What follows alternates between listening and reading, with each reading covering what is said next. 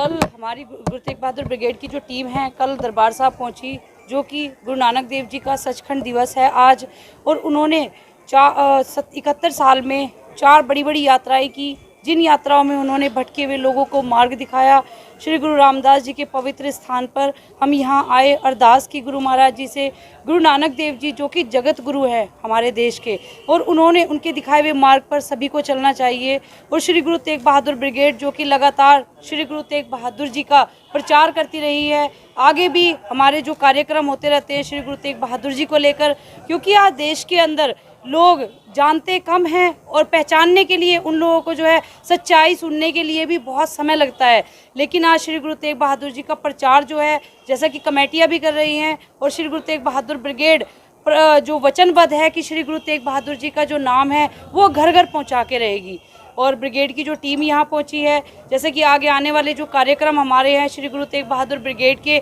जैसे कि हम ये चाहते हैं कि सनातन धर्म की तरफ से एक बहुत बड़ी यात्रा जो है वो निकाली जाए अनंतपुर साहिब से लेकर गुरुद्वारा शीशगंज तक। क्योंकि देखिए श्री गुरु तेग बहादुर जी ने जो शहादत दी है वो हमारे धर्म की चादर है, और ऐसी धर्म की चादर का प्रचार प्रसार करना हमारा फर्ज बनता है, क्योंकि हमारी 7 पीढ़ियाँ भी उनका कर्ज नहीं चुका सकती।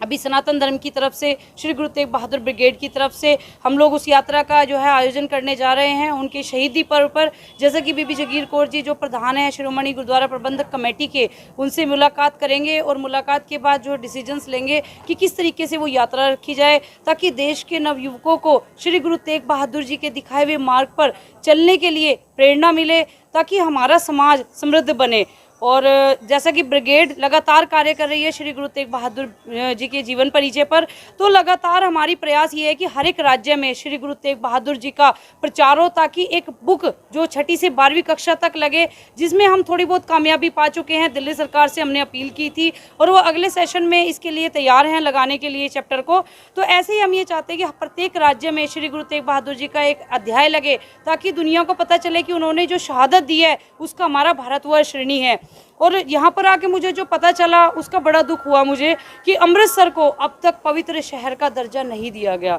जो कि मेरी भारत सरकार से भी अपील है, पंजाब सरकार से अपील है कि अमृतसर जो कि एक बहुत पवित्र स्थान है, जहाँ पर सभी का वास है, जहाँ पर इतना पवित्र एक स्थान बना हुआ है, जहाँ पर सभी आकर अपनी मनोकामनाएं उनकी पूर्ण होती हैं, तो इसको अमृतसर का जो है पवित्र स्थान का दर्जा दिया जाना चाहिए। और आने वाले समय में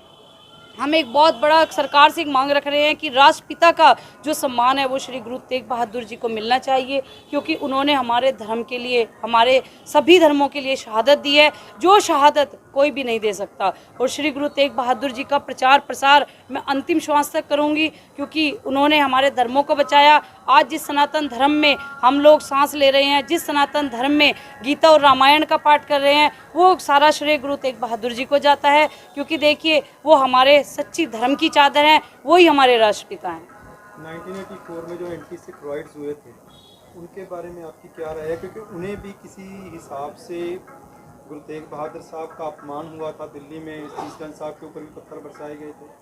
उसके अलावा जितने भी गुरुद्वारे थे वहाँ में आग लगाई गई थी, उसके बारे में आपकी क्या? देखिए 1984 का जो हुआ उसकी हम बहुत कड़ी निंदा करते हैं, क्योंकि ऐसा नहीं करना चाहिए था। जिस पवित्र स्थान पर सभी माथा टेककर अपनी मनोकामनाएं पूर्ण करते हैं, उनकी मनोकामना पूर्ण होती है, ऐसी जगह पे ये जो 1984 में कराया बहुत निंदनीय है। जिसने भी गुरुद्वारा साहब मंगू मठ और गुरुद्वारा ज्ञान गोदड़ी सबको डिस्ट्रॉय कर दिया गया था, उसकी हम कड़ी निंदा करते हैं। उसके लिए भी गुरु तेग बहादुर ब्रिगेड अभी उसके लिए प्रयासरत है। अभी हम लोग वहाँ गए थे, हमने जो है मुख्यमंत्री जी से टाइम लिया है वहाँ के उत्तराखंड के, हमने उनसे अपील की है कि गुरुद्वारा ज्ञान गोदड़ी जो कि वहाँ पर एक स्थान जो गुरु नानक देव जी आए, तो हम उनसे मिलेंगे और गुरुद्वारा ज्ञान गोदड़ी की मांग करते हैं, क्योंकि हमारे गुरु नानक देव जी वहाँ आए थे और उन्होंने मनुवाद को हटाकर उन्होंने पाखंडवाद को ख़त्म करने के लिए वहाँ संतों को जो था उपदेश भी दिया था। और ऐसे ऐसे करके हम लोग जो है गुरुद्वारा जितने भी हमारे डिस्ट्रॉय किए गए थे, ग्वालियर का गुरुद्वारा साहब है, और हम लोग चाहते हैं कि भारत सरकार उनको एक उपहार के तौर पे सिख समाज को दे, क्योंकि सिख समाज हमेशा जो है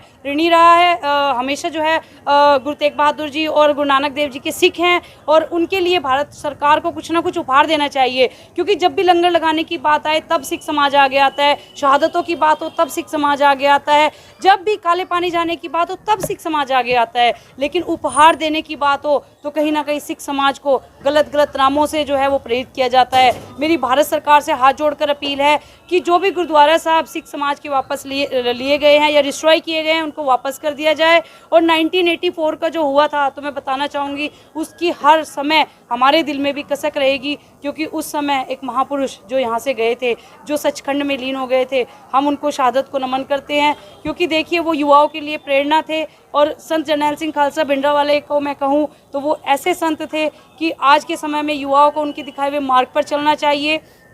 क्योंकि उनकी जो मांगे थी वो यही थी कि दरबार साहब को जो है पवित्र स्थान जो है अमृतसर को दिया जाना चाहिए। कुछ उनके मते थे जो कि सभी लोगों के लिए वो बहुत अच्छे थे, सभी जातियों के लिए अच्छे थे, क्योंकि उन्होंने ऐसा कोई डिमांड नहीं किया था। लेकिन फिर भी ऐसी सरकारें जो क्रूरता का जिन्होंने अपना एक रूप दिखाया उसकी हम निंदा करते हैं। Thank you.